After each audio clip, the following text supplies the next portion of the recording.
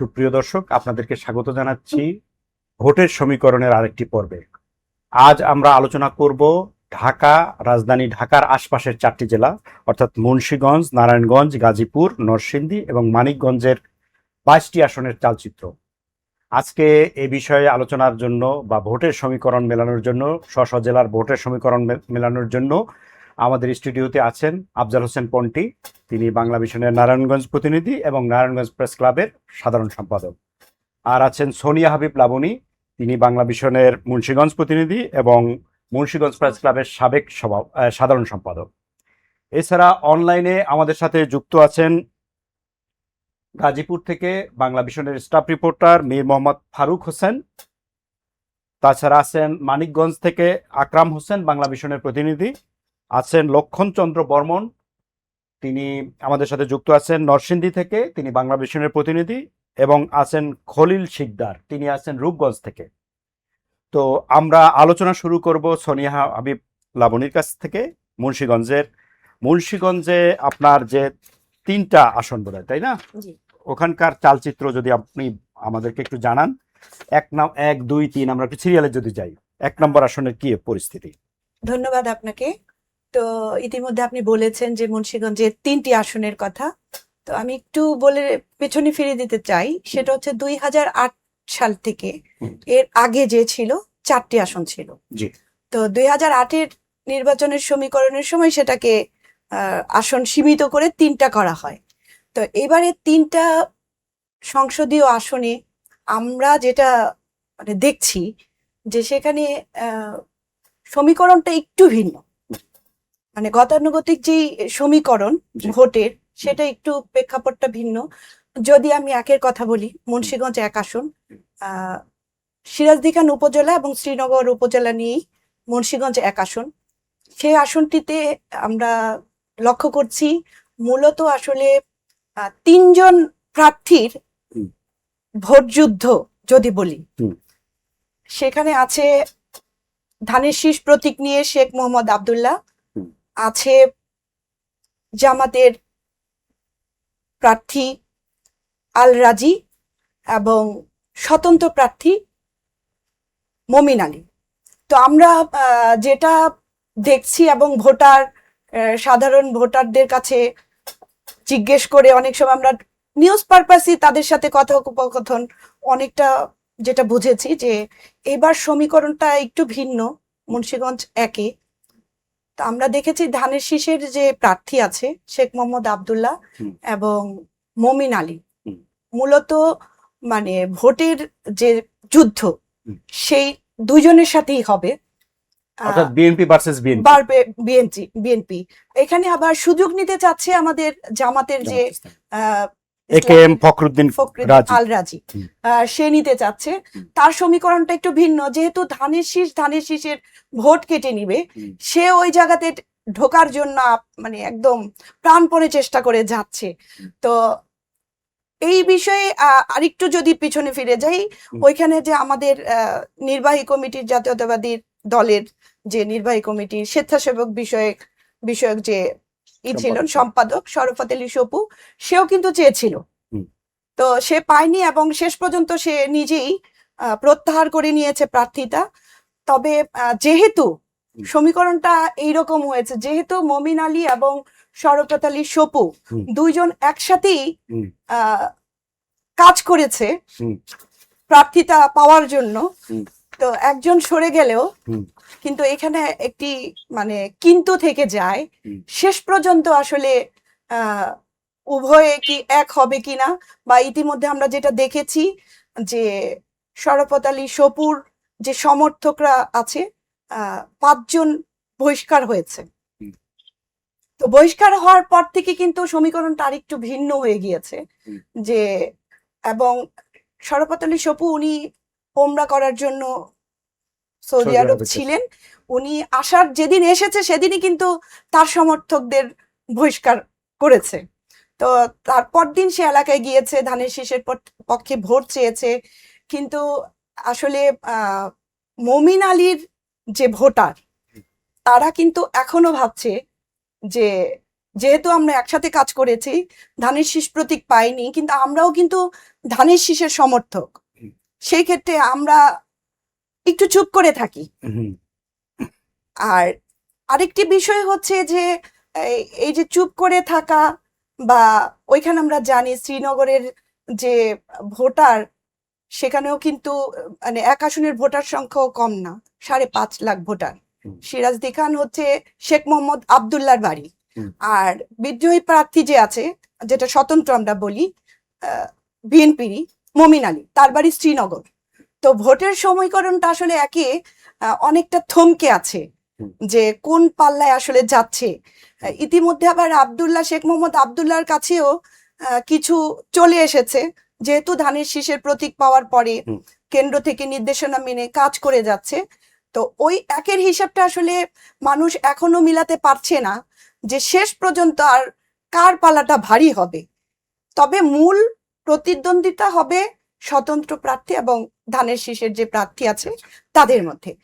আর মুন্সিগঞ্জ 2-এ যদি আমরা যাই, আচ্ছা 2-এর যদি বলি, সেখানে আমরা জানি প্রথমেই ধানের শীষ প্রতীক পেয়েছিল, আমরা জানি সাবেক কোষাধ্যক্ষ কেন্দ্রীয় কমিটির, জাতীয় নির্বাহী কমিটির এবং বিশিষ্ট ব্যবসায়ী মিজানুর রহমান সিনহা। তো সে আসলে শারীরিকভাবে অসুস্থ হয়ে যাওয়ার পরে ওইখানে চলে আসে আমাদের আব্দুস সালাম আজাদ। তো ওইখানে আরো প্রার্থী আছে, যেমন এনসিপির আছে 10 দলীয় জোটের মাজেদুল ইসলাম। এখন আমি মনে করি যে সালাম ভাইয়ের পথটা অনেকটাই মানে একদম একা চলে যাওয়ার মতো, কারণ মুন্সিগঞ্জের 3টা আসনই আসলে বেসিক্যালি আমরা মানে ভোটাররা বা সাধারণ মানুষ বলে বিএনপি খ্যাত এলাকা। তো সেই সমীকরণ থেকে আমরা বলতে পারি যে সালাম ভাই অনেকটা এগিয়ে আছে ধানের শীষের প্রতীক নিয়ে। তবে ইতিমধ্যে লক্ষ্য করার মতো বিষয়ও যেটি হয়েছে যে সিনহা সাহেব ওখান থেকে সরে যাওয়ার পরে তার একদম ঘনিষ্ঠ সহযোগী এবং লৌহজং উপজেলার যে সাধারণ সম্পাদক অপু চাকলাদার, তাকে কিন্তু আমরা এখনো মানে ভোটের মাঠে দেখতে পাইনি, ধানের শীষের পক্ষে কাজ করার জন্য আমরা দেখতে পাইনি। তেমন করে টঙ্গিবাড়িও আছে, দোলন আরেকজন আছে, মানে সমর্থকরা অনেকটা নিষ্ক্রিয় হয়ে আছে। তো এটা আসলে নীরব কিছু ঘটবে কিনা এটা আসলে বলা মুশকিল। তবে যে ধানের শীষের যে ক্যান্ডিডেট, আমরা বলতে পারি ওই দিক থেকে সে এগিয়ে আছে। যদি আবার তাদেরকে কাছে টেনে নেয়, সমীকরণটা অনেক এইরকম হবে যে ওইখানে তার বিকল্প অনেকটাই কেউ নেই। আর তিনি যদি আমরা ফিরে আসি, তিনের চিত্রটা আসলে একেবারেই অন্যরকম বলতে আমরা আমি একটু বলতে চাই যে আমরা জানি সাবেক উপমন্ত্রী 5 বারের যে এমপি ছিলেন জনাব আব্দুল হাই সাহেব, সে অসুস্থ হয়ে যাওয়ার পরে মূলত এই যে 17 বছর আন্দোলন সংগ্রাম এবং নেতাকর্মীদেরকে গুছিয়ে রাখার যেই জিনিসটা ছিল, সেটা ছিল মোহাম্মদ মহিউদ্দিন। সে তখন ছিল সদর উপজেলার সভাপতি। তো তারপর পরই সে আব্দুল্লাহ সাহেব যখন অসুস্থ হয়ে যায়, ওই সময় আব্দুল্লাহ সাহেবের আহ্বায়ক ছিলেন এবং কামরুজ্জামান রতন যে ধানের শীষের প্রতীক নিয়ে যে এখন লড়ছেন, সে ছিল সদস্য সচিব। তো আব্দুল্লাহ সাহেব যখন অসুস্থ হয়ে যাওয়ার পরে আমরা দেখেছি যে 5ই আগস্টের পরে একটু ভিন্ন জায়গায় মন নিয়েছে মুন্সিগঞ্জের বিএনপি রাজনীতি। সেক্ষেত্রে কামরুজ্জামান রতন সদস্য সচিব থাকার পরেও সে কিন্তু জেলা কমিটির আহ্বায়ক কমিটির কোনো সদস্যই এখনো নেই। সেখানে সদস্য সচিব হিসেবে চলে আসে মোহাম্মদ মহিউদ্দিন, যে আব্দুল্লাহের ছোট ভাই।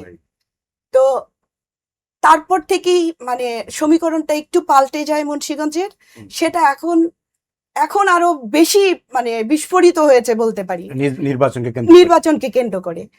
তো এই মহিউদ্দিন যখন প্রার্থিতার জন্য দৌড়ঝাঁপ শুরু করে বা ধানের শীষের প্রতীক পাওয়ার জন্য নেতাকর্মীদের নিয়ে মানে একদম শেষ পর্যন্ত চেষ্টা করেছে। সে চেষ্টা করেছেন এবং আমরা দেখেছি যে বিভিন্ন পত্রপত্রিকায় প্রেস রিলিজে তার নামও এসেছে। তো একবারে শেষ পর্যায়ে আসলে সে আর ওই প্রতীক রাখতে পারেনি বা পাননি, পেয়েছেন কামরুজ্জামান রতন। পাওয়ার পরে আসলে চিত্রটা একেবারেই ভিন্ন ছিল। সে মানে কামরুজ্জামান রতন যখন নমিনেশনটা পেয়ে যায়, তার সাথে কিন্তু আমরা দেখেছি বেশ কয়েকদিন কোনো নেতাকর্মী ছিল না। আপনি পৌর কমিটির সভাপতি, সেক্রেটারি থেকে আরম্ভ করে ৭৮টি ইউনিটের মধ্যে ৭৪ জনই তার পক্ষে ছিলেন, মহিউদ্দিনের পক্ষে এবং কামরুজ্জামান রতনের বিপক্ষে। তো অবস্থানগত কারণেই আমরা দেখেছি যে আপনি পারিবারিক রাজনৈতিক বলয় বলেন, এলাকার ইমেজ বলেন, সে অনেকটা এগিয়ে ছিল। তো তারপরই যখন একেবারে ফাইনালি ধানের শীষ প্রতীক পেয়ে ২২ তারিখের পরে একবারে যখন নির্বাচনের মাঠে নেমেছে, তখন দল যখন হুঁশিয়ারি দিচ্ছে বারবার যে দলের পক্ষে কাজ করতে হবে, তখন আমরা দেখেছি যে ৫ জন বহিষ্কার হওয়ার আগে যেমন ৩-৪ জন তার পক্ষে চলে যায়, কামরুজ্জামান রতনের পক্ষে। তো তারপরও প্রেক্ষাপটটা আসলে ভেবেছিলাম আমরা যে এটা চেঞ্জ হয়ে যাবে, পরিবর্তন আসবে, যেহেতু দলের বাইরে যে এত বড় একটি দল এবং শুধু তাই না, মুন্সিগঞ্জ শহরটা একটি গুরুত্বপূর্ণ শহর, সেই জায়গাটির রাজনীতি আসলে ধানের শীষের বাইরে যাবে কিনা। তো আমরা আসলে উল্টো চিত্রটি এখন পর্যন্ত দেখছি। একটু না বললেই না যে গত এই ধানের শীষের প্রতীকের বিপক্ষে কাজ করতে যে 11 জন বহিষ্কৃত হয়েছে দল থেকে। তারপর নেতাকর্মীরা অনেকটা ফুলে ফেপে উঠেছে যে না, আমাদের পদত্যাগ করার আগেই আমরা বহিষ্কার করার আগে আমরা পদত্যাগ করে ফেলবো, কিন্তু আমরা মহিউদ্দিনকে ছাড়বো না। কেন ছাড়বে না সেটা যদি আমরা অনেকটা তাদের কাছ থেকে জানার চেষ্টা করেছি। তাদের একটি কথা যে আসলে 17 বছর যার ছায়াতলে থেকে আন্দোলন সংগ্রাম করেছি, জেল, হামলা, মামলা, আসলে দল আমাদের মূল্যায়ন করেনি। শুধু তাই না, এটা পারত দল যে এত বড় একটা দল বিএনপির যে জায়গায় আওয়ামী লীগের কোনো স্থান ছিল না, সেই জায়গাটিকে আসলে ধ্বংসের পথে যাতে না যায় সে ব্যবস্থা হাইকমান্ড করতে পারত, কিন্তু কেন করলো না জানি না। এইরকম মতামত দিয়ে কিন্তু তারা গতকাল রাতেও প্রায় 113 জনের মতো পদত্যাগ করেছে।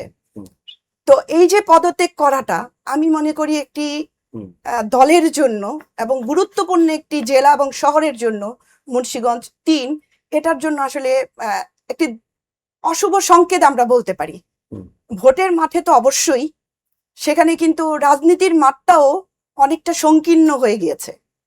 তো আমরা এই ৩-এর সমীকরণটা যেটা দেখছি, ৩-এ আসলে গত যে 2 দিন আগে ৩-এর বিদ্রোহী প্রার্থী যে একটা শোডাউন করেছে, সেখানে প্রায় যদি আমরা বলি 20,000-এর অধিক মানে অংশগ্রহণ এবং জনসমুদ্রে এলাকা পরিণত হয়েছে। এইটা দেখে আসলে সাধারণ ভোটার যারা, তারা কিন্তু মানে ওই দিকেই চিন্তা করছে যে আসলে প্রথমত হচ্ছে যে ধানের শীষ বনাম ভার্সেস ধানের শীষ স্বতন্ত্র। তার মধ্যে আরেকটা মজার ব্যাপার হচ্ছে, আমরা জানি অনেকেই ভোট ধরেন 5ই আগস্টের পরে ভোটের হিসাবটা কিন্তু একদম ভিন্ন। আমরা যদি আগে প্রতীকটাকে মনে করতাম যে বিশাল, কিন্তু এখন এই মুন্সিগঞ্জ 3-এর চিত্রটা এমন হয়েছে যে প্রতীক না, আসলে ব্যক্তি ইমেজটাকেও অনেকটা এগিয়ে দিচ্ছে, মূল্যায়ন করা হচ্ছে। এবং ভোটাররা কিন্তু ওইটাই বলছে যে আমরা সুখে দুঃখে যাকে পাবো, রাতের অন্ধকারেই যাকে বাসায় যেয়ে নক করতে পারবো, আমরা আসলে এমন প্রার্থীকেই চাই। তবে এই সমীকরণে মুন্সিগঞ্জ 3-এও কিন্তু আমার মতে যে স্বতন্ত্র এখনো পর্যন্ত অনেক বেশি এগিয়ে আছে। জি, ধন্যবাদ সোনিয়া বিপ্লবনী। এবার আমরা যাব নারায়ণগঞ্জে। আমাদের নারায়ণগঞ্জের প্রতিনিধি আফজাল হোসেন পল্টি।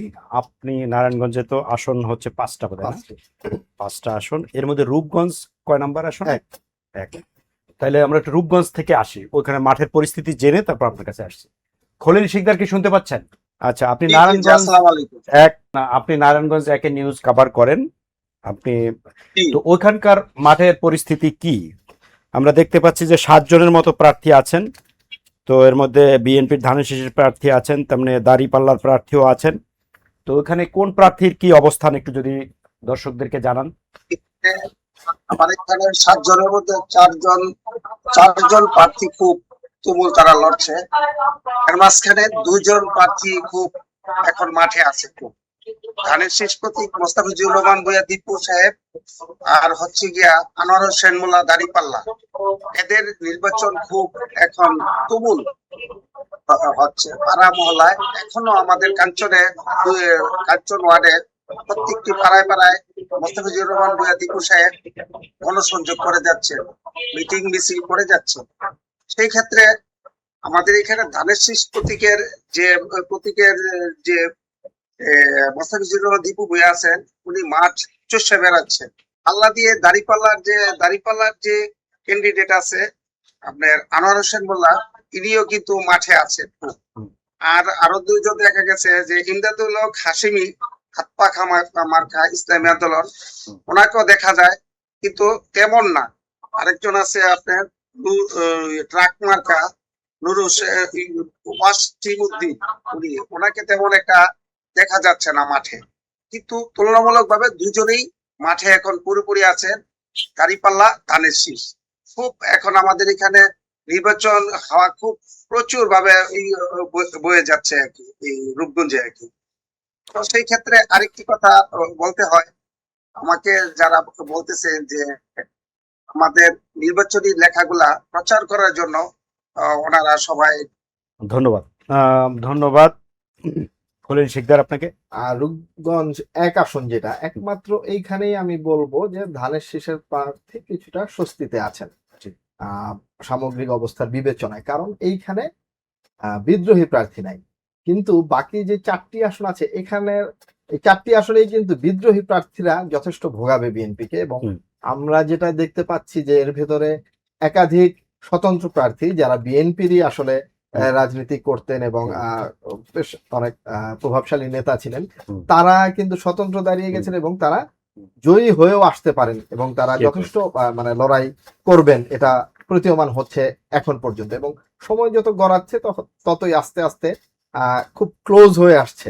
একবার ভাবা যাচ্ছিল যে হয়তো ধানের শীষের সামনে যারা নতুন প্রার্থী, যেমন আমি যদি একের পরে 2-এ আসি, 2-এ যেরকম ধানের শীষের প্রার্থী যে অ্যাডভান্টেজটা ছিল, আপনি হয়তো জানবেন যে সর্বশেষ তারেক রহমান সাহেবের যেই জনসভা ছিল, উনি 2টা জনসভা করেছেন, একটা সিলেট থেকে ফেরার পথে, একটা চট্টগ্রাম থেকে ফেরার পথে।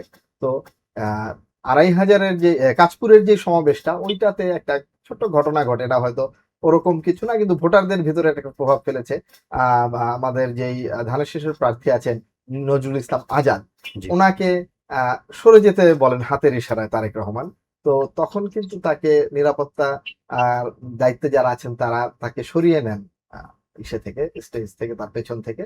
তো এইটা আবার স্থানীয়ভাবে লোকালি বেশ ভাইরাল হয়েছে ভিডিওটা, এবং লোকাল যে সংবাদ মাধ্যমগুলো আছে, পত্রিকা আছে, অনলাইন আছে, এগুলোতে ব্যাপকভাবে ছড়িয়ে পড়েছে। তার প্রতিপক্ষরাও এটাকে ব্যবহার করছেন, এবং তার বিপরীতে যিনি স্বতন্ত্র এবং বিদ্রোহী আছেন আতাউর রহমান আঙ্গুর, তিনি সাবেক সংসদ সদস্য ছিলেন বিএনপি থেকে, উনি এলাকায় জনপ্রিয়। এবং এই এক সময় যেটা মনে হচ্ছিল যে হয়তো ওয়ান সাইডেড হবে, কিন্তু এখন এই নানান ঘটনাগুলো যেগুলো সবই আসলে ভোটারদের ভেতরে প্রতিক্রিয়া তৈরি করছে, এটাতে এই লড়াইটাও বেশ ক্লোজ হয়ে এসেছে। এরপরে যদি আমি 3-এ যাই, সোনারগাঁ আসন, সোনারগাঁতে আপনার একই অবস্থা। আপনার স্বতন্ত্র আছেন, এমনি ধানের শীষের প্রতীক নিয়ে আছেন আব্দুল মান্নান, এবং তার সাথে বিদ্রোহী হয়ে স্বতন্ত্র প্রার্থী দাঁড়িয়েছেন অধ্যাপক রেজাউল করিম, যিনি কিন্তু প্রতিমন্ত্রীও ছিলেন এর আগে বিএনপির সরকারের সময়। গিয়াসউদ্দিন সাহেবও তো আছেন, হ্যাঁ, উনি 2টো আসনে দাঁড়িয়েছেন। মজার বিষয় হচ্ছে, এটা আসছে গিয়াসউদ্দিন সাহেবের বিষয়টাতে। তো 3-এ সোনারগাঁয়ের একটা মানে যখন সীমানা নির্ধারণ হয়, তখন আগে ছিল আপনার শুধু সোনারগাঁটি নিয়ে নারায়ণগঞ্জ 3 আসন। তো যখন পুনরায় আসন বিন্যাস হয়, তখন সিদ্ধিরগঞ্জের একটা অংশ চলে যায় আপনার 3-এর সাথে, সোনারগাঁয়ের সাথে। হুম। তো যেহেতু গিয়াসউদ্দিন সাহেব উনি ছিলেন নারায়ণগঞ্জ 4-এর এমপি বিএনপি থেকে, তো ওনার বাড়ি সিদ্ধিরগঞ্জে, এবং সিদ্ধিরগঞ্জে ওনার একটা পরিচিতি আছে, প্রভাব আছে। তো ওই অংশটা চলে যাওয়াতে উনিও একটা ফ্যাক্টর হয়ে যাচ্ছেন ভোট কাটার যে বিষয়টা আমরা বলি, সেই ক্ষেত্রে উনি 3 থেকেও দাঁড়িয়েছেন, 4 থেকেও দাঁড়িয়েছেন। তো ওইদিকে আছে আবার রেজাউল করিম, হুম। উনি প্রতিমন্ত্রী ছিলেন মুক্তিযুদ্ধ বিষয়ক, জি তো ওনারও এলাকা ওই সোনারগাঁ। সেই ক্ষেত্রে মান্নান সাহেবের লড়াইটা খুব মানে সহজ হবে না, এবং এখানে এই বলা যায় ত্রিমুখী লড়াইয়ে হয়তো ইসে একটা বিরাট অ্যাডভান্টেজ পাবে দাঁড়িপাল্লা। এটা মোটামুটি 3-এরই আছে। 4-এ এবং আপনার প্রার্থীতা যদি দেখি 3 এবং 4-এ 16 এবং 17 জন করে, আমি যদি ভুল না করে থাকি, প্রার্থী সংখ্যা অনেক বেশি, যেটা আমরা যদি 300 আসনের এভারেজ ধরি তার প্রায় দ্বিগুণ। 3-এ বোধহয় চূড়ান্ত প্রার্থী 11 জন। হ্যাঁ, 11 একটা আছে, হ্যাঁ চূড়ান্ত 11 জন, প্রার্থী আরো ছিলেন, প্রায় আপনার 16 জন ছিলেন। জি তো এটাও আসলে 11 জনও মানে প্রায় দ্বিগুণ এভারেজ ধরলে। তো 4-এর বিষয়টা আমি যদি যাই, 4 আসনটিও আপনার পুনর্বিন্যাসের ফলে, এটা আগে ছিল সিদ্ধেরগঞ্জ এবং ফতুল্লা নিয়ে 4, যখন গিয়াস সাহেব সংসদ সদস্য ছিলেন, যেখান থেকে শামীম ওসমানও সংসদ সদস্য ছিলেন। কিন্তু এই আসন পুনর্বিন্যাসে এখন শুধু ফতুল্লা নিয়ে হয়েছে নারায়ণগঞ্জ 4 আসন, সিদ্ধিরগঞ্জের অংশটি আর ইসের সাথে নেই, 4-এর সাথে নেই। 4-এ একমাত্র আসন যেখানে আসলে বিএনপিরও প্রার্থী নেই এবং দাঁড়িপাল্লারও প্রার্থী নেই, তারা 2 জোটই তাদের আসন ছাড় দিয়ে। জমিয়তে উলামায়ে পক্ষে হচ্ছে মনির হোসেন কাশেমি, উনি হচ্ছেন বিএনপি সমর্থিত জোটের প্রার্থী, খেজুর গাছ নিয়ে প্রতিদ্বন্দ্বিতা করছেন, এবং ওনার বিপরীতে দাঁড়িপাল্লা অর্থাৎ জামাতে ইসলামী যে 10 দলীয় জোট আছে, তার জোটের প্রার্থী হিসেবে আছেন এনসিপির যে আব্দুল্লাহ আল আমিন। জি উনি হচ্ছেন 10 দলীয়। কিন্তু এর বাইরে যেটা হয়েছে, আপনি জানেন বিএনপির যেই সংসদ সদস্য ছিলেন এর আগে একবার প্রতিদ্বন্দ্বী, হ্যাঁ, মোহাম্মদ আলী, উনি ওই যে আপনার 15ই ফেব্রুয়ারির যে নির্বাচন একটা হয়েছিল সংক্ষিপ্ত, ওইটাতে উনি সংসদ সদস্য ছিলেন। তো এমনিতে উনিও জনপ্রিয় এবং বিএনপির রাজনীতির সাথেই উনি যুক্ত এবং ব্যবসায়ী নেতা। ওনারও এলাকায় যথেষ্ট প্রভাব আছে। উনিও এবার স্বতন্ত্র দাঁড়াননি, উনি দাঁড়িয়েছেন রিপাবলিকান দলের পক্ষ থেকে, হাতি মার্কায় নির্বাচন করছেন। আর 2008 সালে সারা বেগম কবরীর সাথে যিনি প্রতিদ্বন্দ্বিতা করেছিলেন এবং খুব অল্প মার্জিনে হেরেছিলেন, বিএনপির পক্ষ থেকে নির্বাচন করেছিলেন, শাহ আলম, উনিও কেন্দ্রীয় নেতা, কিন্তু উনি স্বতন্ত্র করছেন, এবং গিয়াসউদ্দিন সাহেব এবং ওনাকে কিন্তু বহিষ্কার করা হয়েছে এই স্বতন্ত্র ইলেকশন করার জন্য। কিন্তু একটা ধারণা করা হচ্ছিল যে হয়তো এই বহিষ্কারাদেশ বা এই চাপের ফলে তারা শেষ পর্যন্ত প্রত্যাহার করবেন, কিন্তু আসলে করেননি, এবং না করার ফলে 4-এর বিষয়টাও আসলে খুব চ্যালেঞ্জের মুখেই আছে। উভয় জোটের প্রার্থী, এখানে আব্দুল্লাহ আল আমিন যিনি এনসিপির প্রার্থী, তিনিও যথেষ্ট চাপে আছেন, এবং যিনি জমায়েতে উলামায়ের প্রার্থী আপনার মনির হোসেন কাসেমি, উনিও যথেষ্ট চাপে আছেন। এই 2 জন প্রার্থীর কারণে, বিএনপির সাবেক যেই 2 জন আছেন, এদের কারণে এই 4-এর লড়াইটা খুব ইন্টারেস্টিং হবে বলেই আমার ধারণা। এটা খুবই নেক টু নেক হবে, এবং এখানে ভোটার সংখ্যা প্রায় 5 লাখের কাছাকাছি, 4.5-এর কিছু উপরে। তো এইটাতে খুব অল্প ভোটেও সংসদ সদস্য নির্বাচিত হয়ে যেতে পারেন যদি লড়াইটা একেবারে খুব ক্লোজ হয়, যেরকমই আভাস পাচ্ছি আমরা, তাতে হয়তো 1.5 লাখের মতন ভোট পেলে এখান থেকে সংসদ সদস্য নির্বাচিত হয়ে যেতে পারেন। এটা হচ্ছে 4-এর পরিস্থিতি। আর 5-এ আসলে 2 জনই আপনার এখানে আপনার ইসে কোনো প্রার্থী দেয়নি, তাদের জোটের প্রার্থী দিয়েছে দাঁড়িপাল্লা। এটা খেলাফত মজলিসের এবিএম সিরাজুল মামুন হচ্ছে তাদের প্রার্থী, আর ধানের শীষ এখানে তাদের সাবেক সংসদ সদস্য আবুল কালাম প্রার্থী হয়েছেন। তবে এখানে যেটা হয়েছে 5-এর একটু টুইস্ট আছে, সেটা হচ্ছে এখানে যখন বিএনপি প্রথম 180-87 জনের যে তালিকাটা দিয়েছিল, ওই তালিকায় তারা ব্যবসায়ী মাসুদুজ্জামানকে প্রার্থী হিসেবে ঘোষণা করে, এবং তিনি নাটকীয় ভাবে মাঝপথে ঘোষণা দেন যে উনি নির্বাচন করবেন না। তো ওনার ঘোষণার পরে আসলে আবুল কালাম সাহেবের কাছে অটোমেটিক চয়েস হয়ে যায় উনি, আসলে ওইখানে সেই অর্থে বিএনপির আর ওরকম ভালো ক্যান্ডিডেট ছিল না যাকে দিতে পারে। তো উনি এর আগে 2 বার সংসদ সদস্য ছিলেন, এবং উনি, যেটা আমি একটা দিকে ওনার দেখছি যে হয়তো নেতিবাচক থাকবে, সেটা হচ্ছে ওনার শারীরিক অবস্থাটা। উনি যথেষ্ট অসুস্থ, এবং এই কারণে সেইভাবে মাঠে উনি করতে পারছেন না, তবে ওনার ব্যক্তিগত জনপ্রিয়তা আছে। কিন্তু এই জায়গাতে আরেকটা ইন্টারেস্টিং ফ্যাক্টর হচ্ছে যে 5 আসনটি শীতলক্ষ্যা নদী দ্বারা 2 ভাগে বিভক্ত। এখানে শহর, একেবারে মূল শহর যেটা, সেটা একটা অংশ, আর হচ্ছে ওই পারে বন্দর। তো এইখানে একটা আবার এলাকা ভিত্তিক ইজম কাজ করে, যে উনি হচ্ছে বন্দরের বাসিন্দা আবুল কালাম সাহেব, আর এই পাশে হচ্ছে এবিএম সিরাজুল মামুন, তিনি হচ্ছে শহরের বাসিন্দা। কিন্তু বন্দর থেকে আবার একজন যিনি সাবেক ইউনিয়নের চেয়ারম্যান মোহাম্মদ মাকসুদ হোসেন, উনি স্বতন্ত্র প্রার্থী ফুটবল মার্কা নিয়ে করছেন, উনিও বন্দরের, এবং উনি যেহেতু চেয়ারম্যান ছিলেন, তো স্বভাবতই ওনারও একটা বিশাল সমর্থক গোষ্ঠী আছে এবং ভোটও আছে। যদি এলাকা ভিত্তিক এই ভোট ভাগ হয়ে যায়, যেটাই আসলে মাথা ব্যথার কারণ হয়ে দাঁড়িয়েছে এখন ধানের শীষের প্রার্থীর ক্ষেত্রে, তখন কিন্তু দেয়াল ঘড়ি প্রতীকের সিরাজুল মামুনের সম্ভাবনাটা বেড়ে যাবে, এবং দিন দিন এই জায়গাগুলো খুব ক্লোজ হয়ে আসছে। যতটা আপনার ফুটবল প্রতীক নিয়ে মাকসুদ যতই এগিয়ে যাচ্ছেন, এটা আসলে আলটিমেটলি ধানের শীষের প্রার্থীরই একটা দুশ্চিন্তার কারণ হয়ে দাঁড়াচ্ছে। মানে আপনি বলতে চাচ্ছেন যে 1 নম্বর আসন ছাড়া বাকিগুলোতে মোটামুটি খুবই মানে লড়াই দ্বিমুখী ত্রিমুখী হবে। জি, তা আমরা একটু খলিল শিকদারের কাছে আবার যেতে চাচ্ছি। খলিল শিকদার, আপনি কি শুনতে পাচ্ছেন? আপনি তখন আপনার কথা শেষ করতে পারেননি, এবং আমাদের আফজাল হোসেন পন্টি ভাই যে আলাপ করলেন নারায়ণগঞ্জের 5টি আসন নিয়ে, উনি বলেছেন যে 1 নম্বর আসন ছাড়া আর সবগুলো আসনই মোটামুটি বিএনপি প্রার্থীকে স্ট্রাগল করতে হবে জিততে হলে, বিএনপি বা তার জোটের প্রার্থীকে। তো আপনি যেহেতু নারায়ণগঞ্জের বাসিন্দা, আপনি যদি এক কথায় বলেন আসলে পরিস্থিতি কি, আপনিও কি তাই মনে করেন? আমার এখানে একই রকম। যদি আপনার দুইজন প্রতিনিধি এখন হাড্ডাটি লড়াই হচ্ছে, এর মাঝখানে আপনার ধানের শীষ প্রতীক মোস্তাফিজুর রহমান ভূঁইয়া দীপু সাহেব অনেকটা এগিয়ে আছে। আপনার খুবই, ওনার অবস্থান খুব ভালো। খলিল শিকদার, আপনাকে ধন্যবাদ জানাচ্ছি। আমরা এবার যাব গাজীপুরে।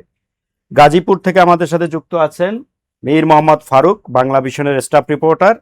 আচ্ছা, আপনি বলেন আসলে কি পরিস্থিতি আপনার এলাকায় বিরাজ করছে, নির্বাচনের মাঠ কেমন? ধন্যবাদ নাবিল ভাই।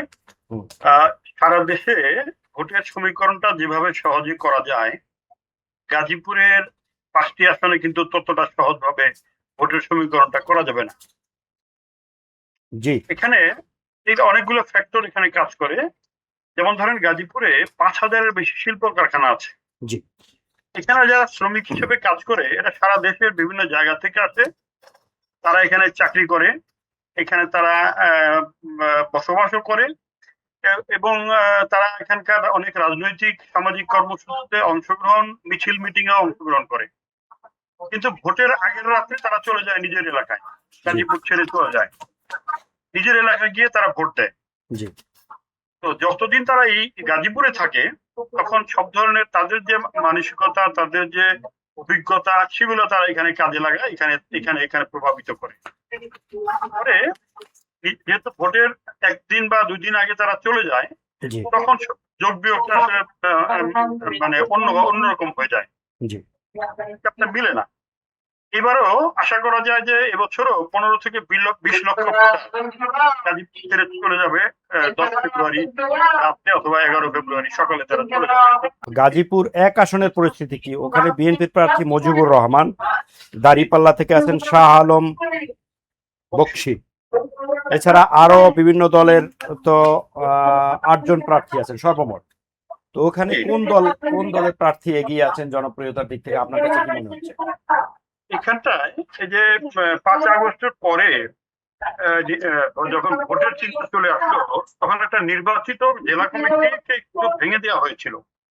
নির্দেশে বলা হয়েছে, কমিটি ভেঙে দেওয়ার পরে আহ্বায়ক কমিটিতে যারা আসলেন, সভাপতি ঠিক থাকলেন ফজলুল হক মিলন, সদস্য সচিব হয়ে আসলেন অনেকটা ব্যাকফুটে যিনি ছিলেন ইশরাক আহমেদ সিদ্দিক, চৌধুরী ইশরাক আহমেদ সিদ্দিক। তিনি হচ্ছেন জিয়াউর রহমান মন্ত্রিসভার যিনি প্রতিমন্ত্রী ছিলেন, চৌধুরী তানভীর আহমেদ সিদ্দিকী, তার ছেলে ইশরাক সিদ্দিকীকে সদস্য সচিব করে নিয়ে আসে, যার রাজনৈতিক অভিজ্ঞতা খুবই কম ছিল, কখনোই কোনো পদ পদবি তার ছিল না এই দলে। তো এই ভদ্রলোককে যখন সদস্য সচিব করে নিয়ে আসা হয়, হঠাৎ করেই সবগুলো উপজেলা কমিটি সহ একেবারে ওয়ার্ড পর্যায়ে পর্যন্ত সবগুলো কমিটি বিলুপ্ত ঘোষণা করে দেওয়া হয়। বিশেষ করে গাজীপুর 1 আসনে এবং আরো অন্যান্য আসনেও যারা গত 15 বছর আন্দোলন সংগ্রামে ছিল না, কিছুটা অনভিজ্ঞতাও ছিল, নিষ্ক্রিয় ছিল, তাদেরকে নিয়ে তাৎক্ষণিকভাবে তারা খুব দ্রুত কমিটিগুলো গঠন করে। ফলে এই যে গত 15 থেকে 16 বছর যারা আন্দোলন সংগ্রামে ছিলেন এবং বিভিন্ন পদ পদবিতে তারা ছিলেন এবং কাজ করছিলেন, তারা সকলেই বিক্ষুব্ধ হয়ে ওঠেন। তার মধ্যে গাজীপুর 1 আসনটাই হচ্ছে সবচেয়ে নাজুক অবস্থা ছিল। কালিয়াকৈরে তিনজন নেতা কেন্দ্রীয় নির্বাহী কমিটিতে আছেন। একজন হচ্ছে কাজী সাইদুল আলম বাবুল, যিনি কেন্দ্রীয় নির্বাহী কমিটিতে সাংগঠনিক সম্পাদক, ঢাকা বিভাগীয় সাংগঠনিক সম্পাদক। তারপরে কালিয়াকৈর পৌরসভার মেয়র ছিলেন যিনি মুজিবুর রহমান, তিনিও জাতীয় নির্বাহী কমিটির একজন সদস্য। আরেকজন আছেন সহকারী শ্রম বিষয়ক সম্পাদক হুমায়ুন কবির খান, তিনিও কালিয়াকৈরের বাসিন্দা। এবং হুমায়ুন কবির খান এবং মুজিবুর রহমান তারা দীর্ঘদিন একসাথে রাজনীতি করেছেন কালিয়াকৈরে। আর আরো একজন ছিলেন মোহাম্মদ হেলাল উদ্দিন, যিনি কালিয়াকৈর উপজেলা বিএনপির সভাপতি ছিলেন এই কমিটি ভেঙে দেওয়ার আগ পর্যন্ত।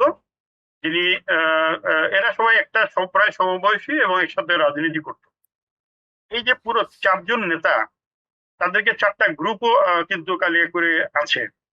এই 4 গ্রুপেই সকলেই তারা নিষ্ক্রিয় হয়ে গেল, কিন্তু তারা আবার কিছুদিনের মধ্যে তারা ঐক্যবদ্ধ হয়ে রাজপথে আন্দোলন শুরু করলো যে ইশরাক সিদ্দিকীকে বহিষ্কার করা হোক, তার পদত্যাগ দাবি করা হলো, নতুন করে কমিটি দেওয়ার জন্য তারেক রহমানের কাছে পর্যন্ত তারা স্মারকলিপি পাঠালো। এই যে আন্দোলন সংগ্রামটা হতে থাকলো, এতে কোনো কিন্তু পরিবর্তন হয় নাই। এই যে আহ্বায়ক কমিটি ভেঙে দেয়া বা যাদেরকে বাদ দেওয়া হয়েছিল আহ্বায়ক কমিটির হাতিয়ে, তাদেরকে আর ইনক্লুড করা হয়নি কমিটিতে। এই অবস্থাতে আসলে নির্বাচনের তফসিল ঘোষণা হলো। তফসিল ঘোষণা হওয়ার পরে এই যে 4 জন নেতার নাম বললাম,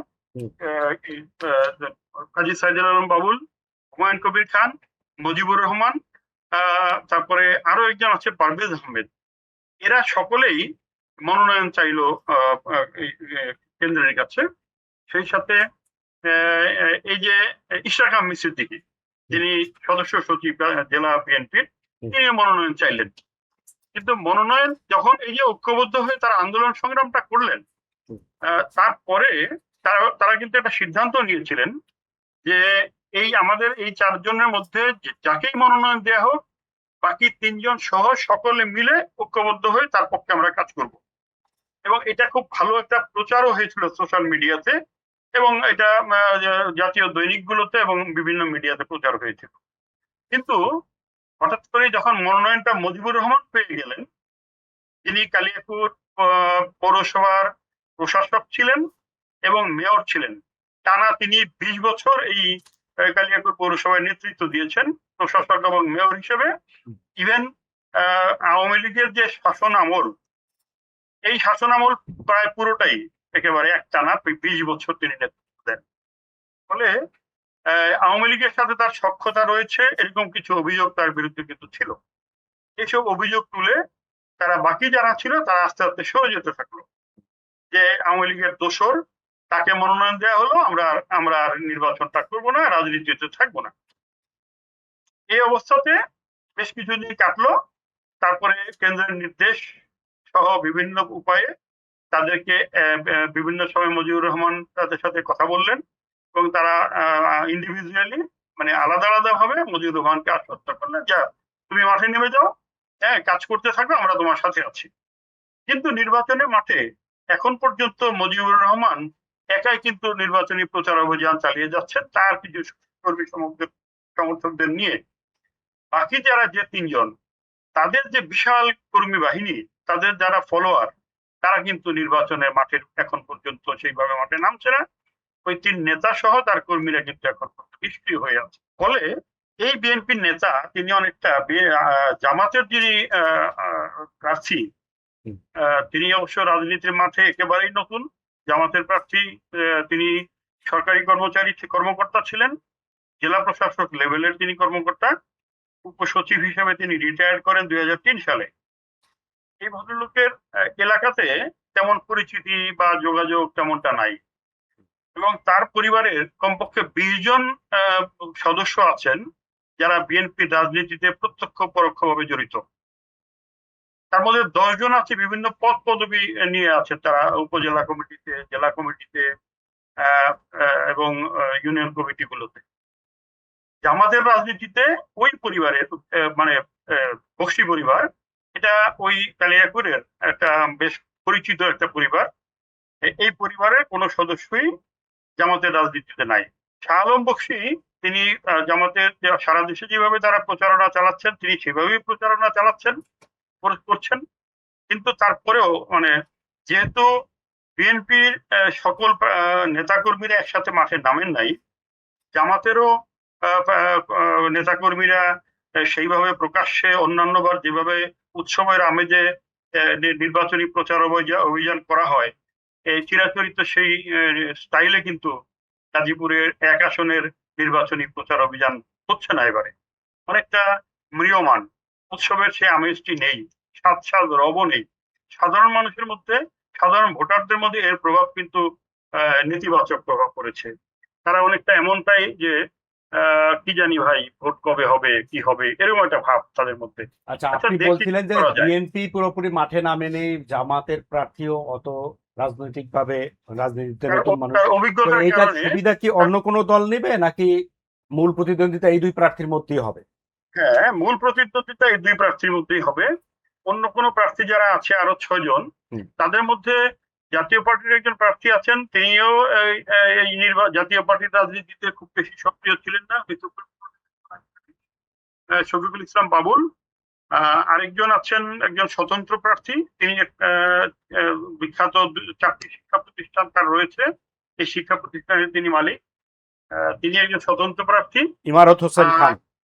ইমারত হোসেন খান। জি। আরেকজন আছেন হচ্ছে ইসলামী শাসনতন্ত্র আন্দোলনের একজন, তিনি ভালো বক্তা কিন্তু রাজনীতির মাঠে তিনি নতুন, রুহুল আমিন। রুহুল আমিন। রুহুল আমিন, হ্যাঁ। জি। তবে আরেকটা কথা বলে রাখি, গাজীপুর 1 আসনে এখন যারা প্রার্থী আছেন 8 জন, তাদের মধ্যে কেউই এই মুজিবুর রহমান ছাড়া কেউই কখনো এই কোনো জনপ্রতিনিধি ছিলেন না, জি, কোনো জি, পর্যায়ে ছিলেন না। জি, ধন্যবাদ। তাহলে আমরা যদি গাজীপুর 2-এ যাই, সেখানকার পরিস্থিতি কেমন? সেখানে বিএনপি এবং জামাতের কার কি অবস্থান? গাজীপুর 2 আসনে জামাতের কোনো প্রার্থী নাই। জামাত তাদের যারা শরিক দল এনসিপি কে তারা এই পদ, এই জায়গাটি ছেড়ে দিয়েছেন। কিন্তু এনসিপির যিনি প্রার্থী, তিনি গাজীপুর 2 আসনের বাসিন্দা নন। তিনি অবস্থান করেন হচ্ছে ঢাকাতে, আর গাজীপুর 4 আসনে তার পৈতৃক বাড়ি আছে, কিন্তু তার এলাকাতেও তার পরিচিতি নাই। তিনি কাপাসিয়াতে খুব কালে ভদ্রে আসেন, আর একেবারেই নতুন হওয়ার কারণে তিনি তার কর্মী সমর্থকদের নিয়ে যে প্রচারণাটি চালানোর কথা, একটা হাইপ তোলার কথা নির্বাচন সংক্রান্ত বিষয়ে, তিনি তেমনটা এখন পর্যন্ত দেখাতে পারেন নাই। অনেকটা একপেশে ভাবেই নির্বাচন প্রচারণা চলছে গাজীপুর 2 আসনে। এখানে সেটাকে বিএনপি প্রার্থী, বিএনপির প্রার্থী একাই তিনি নির্বাচন মাঠ দখল করে আছেন বলা যায়। এবং এই যে মঞ্জুরুল করিম রনি, তিনি হচ্ছেন আপনার সাবেক প্রতিমন্ত্রী অধ্যাপক এম এ মান্নানের ছেলে। এই অধ্যাপক M A Mannan Gazipur city কর্পোরেশনের প্রথম নির্বাচিত মেয়রও ছিলেন। হ্যাঁ, এবং সবচেয়ে বড় হলো এই অধ্যাপক এম এ মান্নান 1991 সালে নির্বাচনে সারা দেশের সকল প্রার্থীর মধ্যে সর্বোচ্চ ভোট পেয়ে তিনি নির্বাচিত হয়েছিলেন, এবং পরবর্তী সময়ে তিনি প্রথমে ধর্ম প্রতিমন্ত্রী এবং পরে তিনি বস্ত্র প্রতিমন্ত্রী হয়েছিলেন। এরপরে সিটি কর্পোরেশন নির্বাচনে তিনি বিপুল ভোটে আওয়ামী লীগের প্রার্থীকে পরাজিত করেন, ফলে তার একটা বিশাল ভোট ব্যাংক রয়েছে। এটা এই যে অধ্যাপক এম এ মান্নানের যে ভোট ব্যাংকটি, এটি মঞ্জুরুল করিম রনি বলা যায় যে অনেকটা উত্তরাধিকার সূত্রের মতো যেন তারা রেডিমেড পেয়ে যায়। ফলে আমরা তাহলে গাজীপুর 3-এ যাই, ওখানকার পরিস্থিতি কেমন? ওখানে প্রতিদ্বন্দ্বী প্রার্থীরা কেমন অবস্থা? গাজীপুর 3 আসনের নির্বাচনের মাঠটি আসলে একটু ভিন্ন রকম। এখানে যারা প্রার্থী আছেন তারা কেউই তাদের মধ্যে একজন শুধু জনপ্রতিনিধি ছিলেন, যিনি বিএনপির বিদ্রোহী প্রার্থী। হুম। স্বতন্ত্র হিসেবে তিনি প্রার্থিতা করছেন। হুম। অধ্যক্ষ ইজরাদুর রহমান মিলন, হুম। তিনি গাজীপুর সদর উপজেলার তিনি চেয়ারম্যান ছিলেন, উপজেলা চেয়ারম্যান ছিলেন নির্বাচিত। এবং তারও আগে যখন সদর উপজেলার একটি অংশ ভাওয়াল মির্জাপুর ইউনিয়ন, অবিভক্ত ভাওয়াল মির্জাপুর ইউনিয়নের তিনি নির্বাচিত চেয়ারম্যান ছিলেন। পরবর্তী সময় এই যে ভাওয়াল মির্জাপুর ইউনিয়ন, এটি সারা দেশের মধ্যে সবচেয়ে বড় ইউনিয়ন ছিল।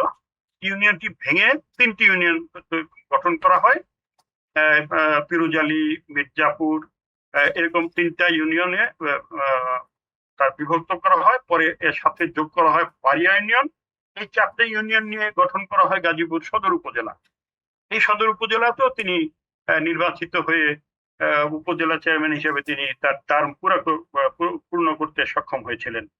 এই ইজাদুর রহমান মিলন বিএনপির রাজনীতিতে অভিজ্ঞ, তিনি জনপ্রতিনিধি হিসেবে অভিজ্ঞ, কিন্তু বিএনপির যিনি মনোনয়ন পেয়েছেন তার এরকম কোনো জনপ্রতিনিধি হওয়ার অভিজ্ঞতা কিন্তু নেই। তার নাম হচ্ছে রফিকুল ইসলাম, SM রফিকুল ইসলাম বাচ্চু।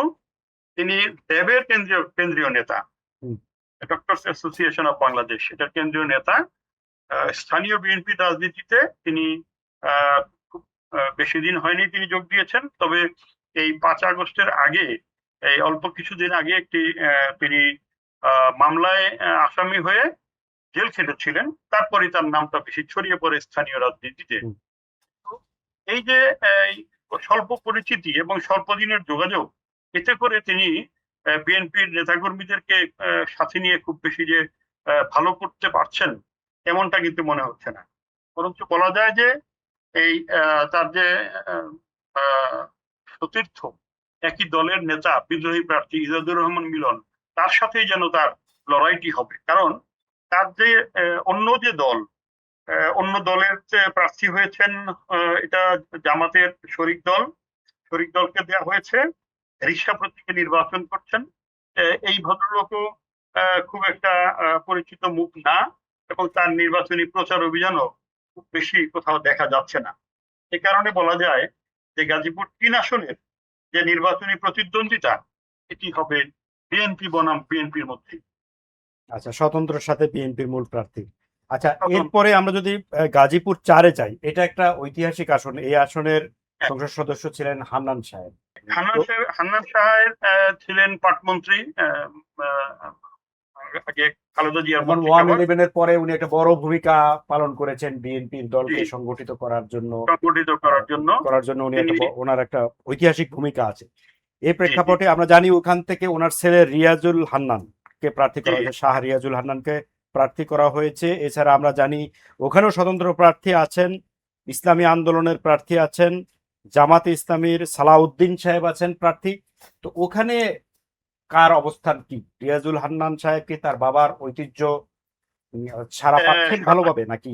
রিয়াজুল হান্নান তার বাবার যে কিছু ভোট ব্যাংক বলা যায়, ওখানে সম্মানিত ব্যক্তি ছিলেন, তার যে ভোট ব্যাংক সেটি তিনিও কিছু অংশে পেয়েছেন। অনেকেই তাকে ছেড়ে দূরে সরে গেছেন। তার এই গত কয়েক বছরের রাজনৈতিক যে সংশ্লিষ্টতা, তার যে অ্যাক্টিভিটি, এসবের কারণে অনেকেই তার সাথে সক্রিয়ভাবে নেই। এখানে শাহ রিয়াজুল হান্নানের যে দ্বিতীয় ছেলে, কিন্তু শাহ রিয়াজুল হান্নান হচ্ছেন হান্নান সাহেব দ্বিতীয় ছেলে। তার যে হান্নান সাহেব যে বড় ছেলে, তাকেও কিন্তু এই রিয়াজুল হান্নান সাথে নিয়ে জনসংযোগটি করতে পারছেন। বরঞ্চ তার যে প্রতিদ্বন্দ্বী, তিনি ছাত্র শিবিরের কেন্দ্রীয় কমিটির সভাপতি ছিলেন এক সময়, সালাউদ্দিন আইয়ুবী। এই সালাউদ্দিন আইয়ুবী তার সাথে অনেকটা একই লেভেল বলা যায়, একই প্রায় সমবয়সী এরা তাদের যে অ্যাক্টিভিটি প্রায় সমমানেরই বলা যায়। জামাত ইসলামী যেহেতু গাজীপুরের নির্বাচনী মাঠে একেবারে নতুন বলা যায়, এর আগে খুব একবার তারা নির্বাচন প্রতিদ্বন্দ্বিতা করেছিলেন, কিন্তু সেবার খুবই কম ভোট পেয়ে প্রত্যেকটা আসনে তারা পরাজিত হয়েছিলেন। সেই দলের একজন প্রার্থী সালাউদ্দিন আইয়ুবী, শেষ হলে আমার তিনি গাজীপুর 4 আসনে তবে এটা বলা যায় যে 4 আসনে এই হান্নান শাহের যে ছেলে রিয়াজুল হান্নান, তার সাথে সরাসরি লড়াইটি হবে, এবং অনেকটা বলা যায় যে হাড্ডাহাড্ডি লড়াই হবে।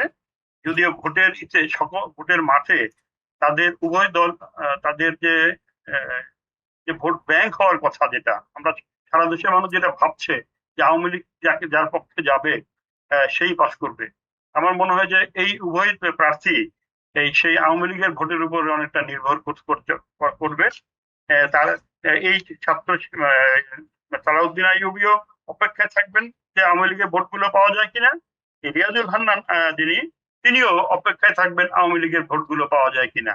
আওয়ামী লীগের ভোটের প্রসঙ্গ আপনি বললেন, অন্য আসনেও কি আওয়ামী লীগের ভোট ফ্যাক্টর হতে পারে? গাজীপুরে যে আমরা জানি যে অনেক আওয়ামী লীগের ভোট আছে। আপনি নিশ্চয়ই জানেন যে গাজীপুরে স্বাধীনতা পরবর্তীকালে স্বৈরাচারী সরকার এরশাদের আমলের 2টি নির্বাচনের পর থেকে যতগুলো নির্বাচন হয়েছে, প্রত্যেকটা নির্বাচন মিলিয়ে একবার হান্নান শাহ নির্বাচিত হয়েছিলেন তার এলাকা থেকে, একবার নির্বাচিত হয়েছিলেন। প্রতিটি আসনেই প্রতিবারই নির্বাচিত হয়েছেন আওয়ামী লীগের যারা মনোনীত প্রার্থী, তারাই নির্বাচিত হয়েছিলেন।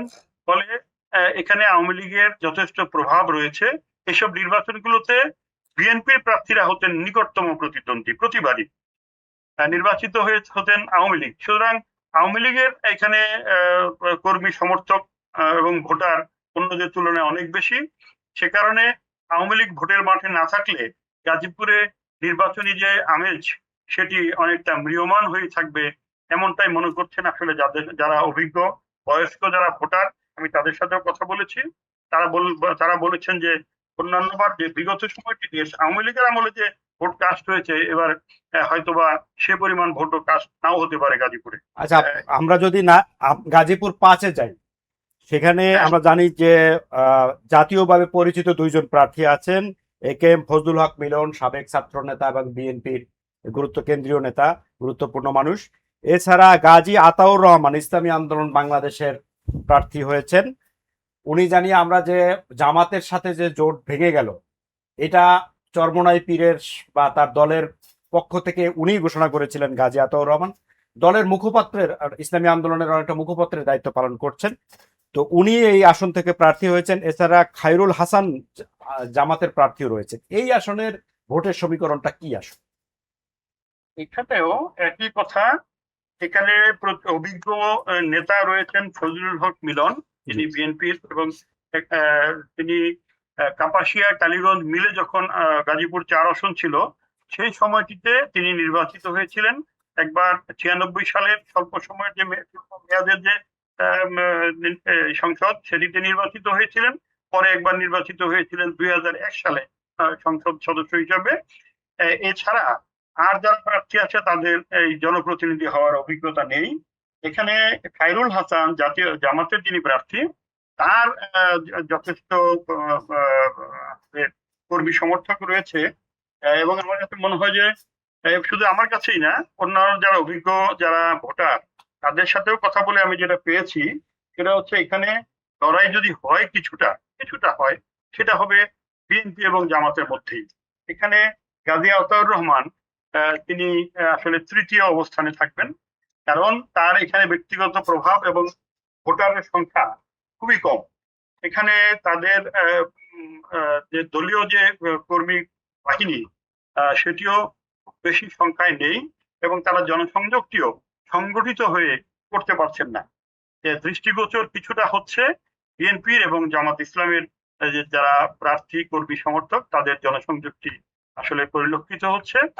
আর এখানে আমার কাছে মনে হয়েছে লড়াইটি এই দুজনের মধ্যেই সীমাবদ্ধ থাকবে, এবং এখন পর্যন্ত বিএনপির প্রার্থী প্রচারণায় কিছুটা এগিয়ে আছেন। আচ্ছা, লাস্ট এক লাইনে যদি আপনি বলেন যে 5টা আসনের মধ্যে বিএনপি প্রার্থীরা জয়ের পথে কয়টায় আছে, মানে স্বস্তিদায়ক অবস্থায় আছে, আর কয়টায় চ্যালেঞ্জের মুখে আছে, আপনি যদি এক লাইনে বলেন। এক লাইনে যদি বলি, গাজীপুর 1 আসন এবং গাজীপুর 2 আসন, এই দুটিতেই বিএনপি প্রার্থীরা স্বস্তিদায়ক অবস্থায় কিছুটা রয়েছে। আর বাকি আসনগুলোতে ভয় আছে। বিশেষ করে গাজীপুর 4 আসনে আমি বলেছি হাড্ডাহাড্ডি লড়াই হতে পারে জামাতের প্রার্থীর সাথে। আর গাজীপুর 3 আসনে এই স্বতন্ত্র প্রার্থীর সাথে বিএনপির প্রতিদ্বন্দ্বিতা হতে পারে। জি, ধন্যবাদ। গাজীপুর পাঁচ। ধন্যবাদ। গাজীপুর থেকে আমাদের সাথে কথা বলছিলেন মীর মোহাম্মদ ফারুক, তাকে ধন্যবাদ জানিয়ে আমরা এবার যুক্ত হতে চাচ্ছি নরসিংদীতে। নরসিংদীতে আছেন আমাদের সহকর্মী লক্ষণ চন্দ্র বর্মন। আচ্ছা, লক্ষণ চন্দ্র বর্মন, নরসিংদীর 5টি আসন এই সম্পর্কে যদি আমাদেরকে একটু জানান। নরসিংদীর তো রাজনীতি একটা নানা সময়ে নানা রকম ঘটনা বহুল রাজনীতি, তো এখনকার এইবারের নির্বাচন সামনে রেখে সেখানকার পরিস্থিতি কি, কোন আসনে কোন দলের প্রার্থী এগিয়ে আছেন, যদি আমাদেরকে একটু সংক্ষেপে জানান। জি ভাই, ধন্যবাদ আপনাকে। আপনারা জানেন নরসিংদী 5টি আসন রয়েছে, আর এই আসনগুলো কিন্তু বারবারই বিএনপি সিটগুলো কিন্তু দখল করেছিল। কিন্তু বিগত যে আওয়ামী লীগ আমলে যে স্বৈর শাসনের কারণে কিন্তু আমরা যে বিএনপির যারা ছিল এমপি ছিল তারা কিন্তু নির্বাচন লড়তে পারেনি, বিজয়ী কিন্তু তারা কিন্তু এখানে কিন্তু বিএনপি কোনো আসনে আমরা কোনো নতুন এমপি পাওয়া যায়নি। আমি যদি একটু তথ্য যোগ করি, নরসিংদী জেলার মোট ভোটার সংখ্যা আছে 19,47,007 জন। এর মধ্যে পুরুষ ভোটার রয়েছে 9,79,074 জন, আবার নারী ভোটার রয়েছে 9,57,893 জন। এই যে 6টি উপজেলা এবং নিয়ে 5টি আসন রয়েছে, আর এই জেলায় মোট 71টি ইউনিয়ন নিয়ে কিন্তু গঠিত। আমি প্রথমে আসি নরসিংদী সদর আসনের। এই আসনে মোট 8 জন প্রার্থী নির্বাচনের মাঠে লড়াই করছেন। বিশেষ করে বিএনপি মনোনীত প্রার্থী ধানের শীষের যে কান্ডারি বিএনপির যুগ্ম মহাসচিব হেভিওয়েট প্রার্থী খালিদ গোবর খোকন ভাই। আমরা যদি এবার ভোটারদের এবং সাধারণ মানুষের যে ধারণা, তার নিকটতম প্রতিদ্বন্দ্বী হবেন জামায়াতে ইসলামী দাঁড়িপাল্লা প্রতীক নিয়ে যে নির্বাচন করছে ইব্রাহিম ভূঁইয়া। আর বাকিগুলো যেগুলো আছে সেগুলো ছোট দল বিদায়ে মানে বিএনপি কে কোনো ভাবে টাকা দিতে পারবে না। আর যেহেতু এই খালিদ খোকন নরসিংদীতে 2005 সালে এমপি ছিলেন, সেই হিসাবে কিন্তু একটা গণজোয়ার রয়েছে। তিনি কিন্তু সকাল থেকে রাত পর্যন্ত গণসংযোগ উঠান বৈঠকের মাধ্যমে কিন্তু ভোটার দ্বারা দ্বারা যাচ্ছেন। তার সাথে কিন্তু কোনো প্রার্থী কিন্তু মানে এবার কিন্তু একটা যে বিষয় আমরা লক্ষ্য করছি যে গত 14 বছরে কিন্তু আওয়ামী লীগ সরকার কোনো ভোটারের কাছে কিন্তু যায়নি, কিন্তু এবার কিন্তু লক্ষ্য করা যাচ্ছে বিভিন্ন প্রার্থী যারা আছেন সবাই কিন্তু ভোটারের দ্বারা দ্বারা যাচ্ছেন। আমি এখনো আসি নরসিংদী পলাশ আসনের। এই আসনে 6টি দলীয় প্রার্থী নির্বাচনে অংশগ্রহণ করছেন। এর মধ্যে হেভি প্রার্থী রয়েছেন বিএনপি স্থায়ী কমিটির সদস্য ডক্টর আব্দুল মঈন খান, যিনি এক সময় মন্ত্রী ছিলেন। আর তার নিকট প্রতিদ্বন্দ্বী যদি আমরা মনে করি 11 দলীয় জোটের যে মনোনয়ন প্রার্থী আছে এনসিপি, শাপলাপল্লী যে প্রতীকে লড়বেন, দলটির গোলাম সরওয়ার, জ্যেষ্ঠ মুখ্য আহ্বায়ক সারওয়ার তুষার। আমি মনে করি এই নরসিংদী 2 আসন থেকে আব্দুল মঈন খানের বিকল্প হতে পারে না, কারণ তার যে উঠান বৈঠক গণসংযোগ যে গণজোয়ার দেখছি আমরা, তাকে কখনোই মনে থামানো যাবে না। আমরা 2কে মনে করতেছি বিএনপি জয় লাভ করবে। আচ্ছা, এখানে আপনাকে একটা প্রশ্ন করতে চাই। কিছুদিন আগে আমরা দেখলাম জামাতেরও এখানে প্রার্থী আছে, কিন্তু জামাতের পক্ষ থেকে নির্বাচন কমিশনে আবেদন করা হয়েছিল যাতে দাঁড়িপাল্লা প্রতীক এখান থেকে বাদ দেওয়া হয়, এবং সরওয়ার তুষারকে তারা সমর্থন দিয়েছে। তো সেটা কোনো ইম্প্যাক্ট ফেলছে এলাকায়? আমজাদ হোসেন যে জামাতের দাঁড়িপাল্লা মার্কা মনোনীত হয়েছিলেন, দলীয় যে নিয়ম ছিল তাকে বসানোর জন্য, কিন্তু তার যে সমর্থকরা ছিল, কর্মীরা ছিল, তাকে কিন্তু সেদিন কথা করার কোনো সুযোগ দেয়নি, তাকে কিন্তু তালা মেরে রেখেছিল। উনি কিন্তু মাঠে থেকেও নেই, প্রচার প্রচার এখনো তাকে ঠিক মতো দেখা যায় নাই। তার জন্য মনে হয় যে দাঁড়িপাল্লা তেমন ভাবে যে ভূমিকা রাখবে মনে হয় না। কিন্তু একটা বিষয় হচ্ছে, যদি দাঁড়িপাল্লা মাঠে থাকতো তাহলে বিএনপির জন্য একটু সমস্যা হতে বলে মনে করি। জি, ধন্যবাদ। এরপরে যদি আমরা নরসিংদী 3 আসনে যাই, এখানে আমরা জানি যে মঞ্জুর এলাহি তিনি বিএনপির প্রার্থী, যিনি একসময় উপজেলা চেয়ারম্যান ছিলেন, অর্থাৎ তৃণমূল রাজনীতির সাথে তার সংযোগ আছে। আর জামাতের প্রার্থী হচ্ছেন মুস্তাফিজুর রহমান। এছাড়া আরো সর্বমোট 8 জন প্রার্থী আছেন। তো এদের এখানে কি ভোটের মাঠের কি পরিস্থিতি? জি, আপনি জানেন নরসিংদী 3 আসনটি শিবপুরে, এটি ছিল সাবেক মহাসচিব আব্দুল মান্নান ভূঁইয়ার আসুন। এলাকা। হ্যাঁ, উনি কিন্তু তখনকার সময় কিন্তু উন্নয়ন বন্যা বয়ে ছিল এই শিবপুর এলাকাকে। আমি যদি মনে করি নরসিংদীতে মনোনীত প্রার্থী যে মুঞ্জালাহি আর প্রধান প্রতিদ্বন্দ্বী হবেন যে আব্দুল মান্নান ভূঁইয়া পরিষদের সদস্য সচিব আরিফুল মির্জা। উনি কিন্তু গত 2 টাইমে উপজেলার চেয়ারম্যান ছিলেন, কিন্তু সবাই মনে করছেন এই উপজেলার মধ্যে আরিফ মির্জা স্বতন্ত্র এবং বিএনপি ধানের শীষের মধ্যে হাড্ডাহাড্ডি লড়াই হবে। জি, মান্নান ভূঁইয়া সাহেব হাঁস মার্কা নিয়ে একবার স্বতন্ত্র হিসেবে নির্বাচন করেছিলেন, ওনার শেষ নির্বাচন সম্ভবত। ও আর আরিফুল মির্জাও হ্যাঁ, হাঁস শেষ মার্কায় করেছিল, নির্বাচন করছেন। কিন্তু শিবপুর মানুষ তার সাথে একটু মানে কি বলে, মানে তার কিন্তু রাগই ছিল, মানে খুব ছিল যে শিবপুর মানুষের জন্য এত কিছু করলাম, শেষ পর্যন্ত আমাকে তারা চিনলো না। তার মনে দুঃখ নিয়ে কিন্তু খুব নিয়ে কিন্তু মৃত্যুবরণ করেছেন। যাক, মনে হয় যাতে বেশ নসিব করুক ওনাকে আল্লাহ। আচ্ছা, যাই হোক, এবার আমরা যদি নরসিংদী 4 আসনে যাই, সেখানে বিএনপির প্রার্থী সর্দার সাখাওয়াত হোসেন বকুল, উনি কয়েকবার এমপি ছিলেন এবং উনি আমরা জানি হেভিওয়েট নেতা। এছাড়া ইসলামী আন্দোলনের প্রার্থী আছেন, তো ওইখানকার জামাতে ইসলামীর প্রার্থীও আছেন জাহাঙ্গীর আলম। তো ওখানকার পরিস্থিতি কেমন? জি, আপনারা জানেন নরসিংদীর যে 4 আসনটি, এটাতে মনোনীত বেলাবা আসনে এখানে মোট 9 জন নির্বাচন অংশগ্রহণ করছেন। বিএনপি মনোনীত প্রার্থী যে ধানের শীষের কান্ডারি সাবেক এমপি সর্দার সাখাওয়াত হোসেন বকুল ভাই, তার নিকটতম প্রার্থী যে যিনি যার সাথে মানে প্রতিযোগিতা হবে একমাত্র জামাতে ইসলামী দাঁড়িপাল্লা। আর যেহেতু উনি দীর্ঘদিন মানে এই আসনটি দখল করেছিলেন এবং সাবেক এমপি ছিল, আর গণজোয়ার কিন্তু মনোনীত ব্যাপক। আমি মনে করি এবং সাধারণ মানুষ মনে করে এবারও এই মনোনীত 4 থেকে সাখাওয়াত হোসেন বকুল বিপুল ভোটে জয়লাভ করবেন। আচ্ছা, এবার যদি নরসিংদী 5 আসনে যাই, সেখানে বিএনপির প্রার্থী আশরাফ উদ্দিন। এছাড়া আমরা দেখছি আরো সর্বমোট 8 জন প্রার্থী আছেন, স্বতন্ত্র প্রার্থী আছেন, জাতীয় পার্টির প্রার্থী আছেন, খেলাফত মজলিসের প্রার্থী আছেন, ইসলামী আন্দোলনেরও প্রার্থী আছেন, স্বতন্ত্র প্রার্থী আছেন 3 জন। তো এইখানকার সমীকরণটা কেমন? এখানে কিন্তু নরসিংদী রায়পুর আসনে কিন্তু মোট 10 জন প্রার্থী নির্বাচনের মাঠে কিন্তু লড়াই করছেন। এর মধ্যে কিন্তু 4 জন স্বতন্ত্র।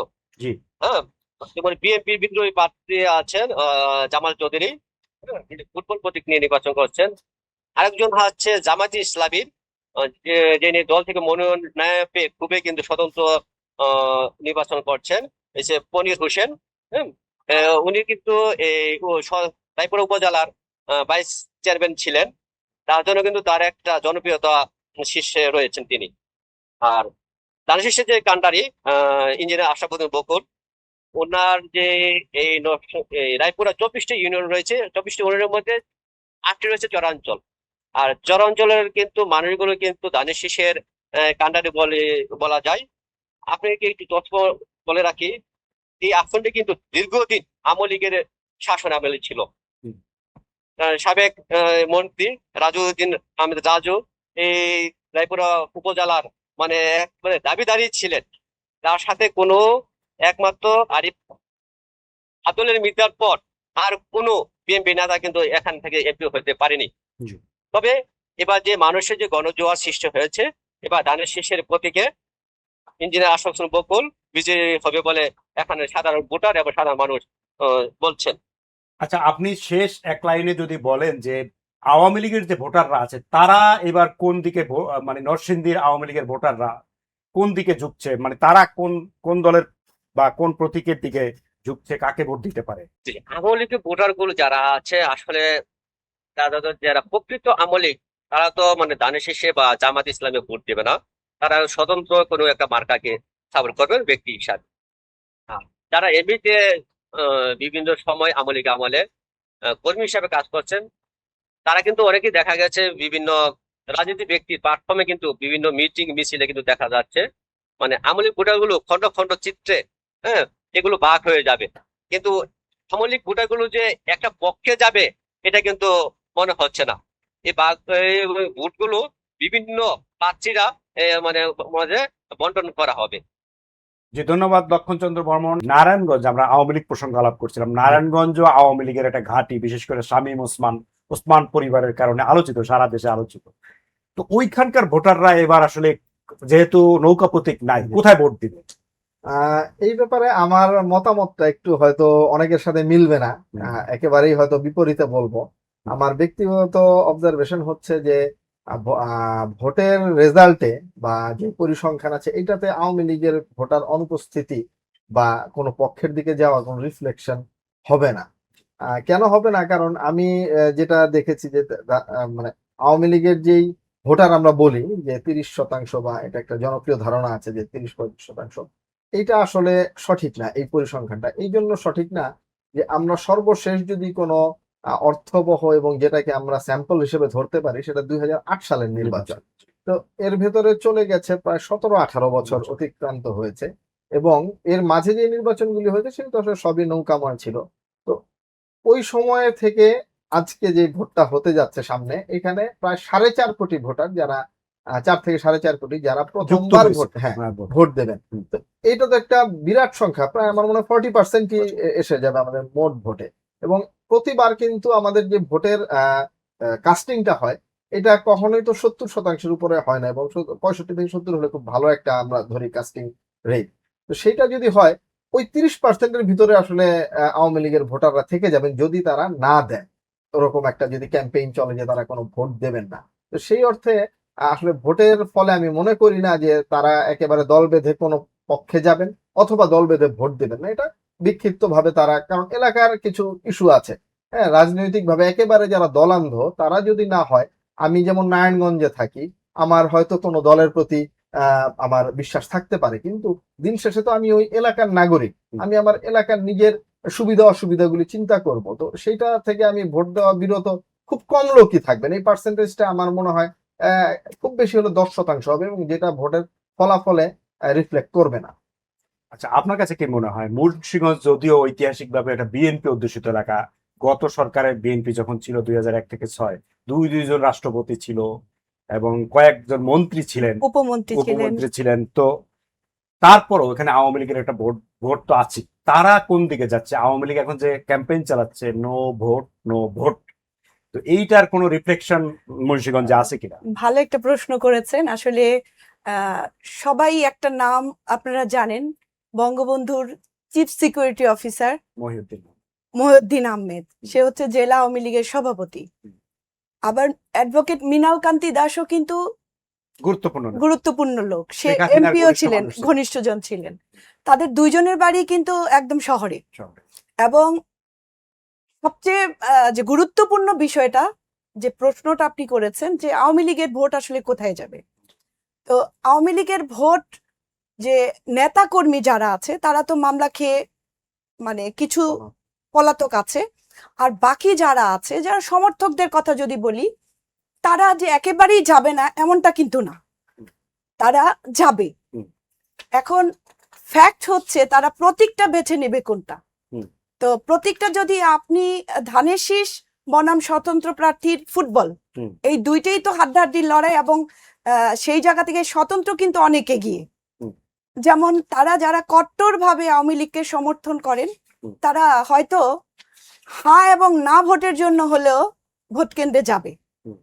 তো সেই ক্ষেত্রে দেখা যায় যে তারা একটা পছন্দের প্রার্থী কিন্তু নির্ধারিত করবে। তো সেই ক্ষেত্রে ধানের শীষের প্রতীককে করবে না, যেহেতু ফুটবল একটি স্বতন্ত্র প্রার্থী, সেটাকেই হয়তো বেছে নিবে।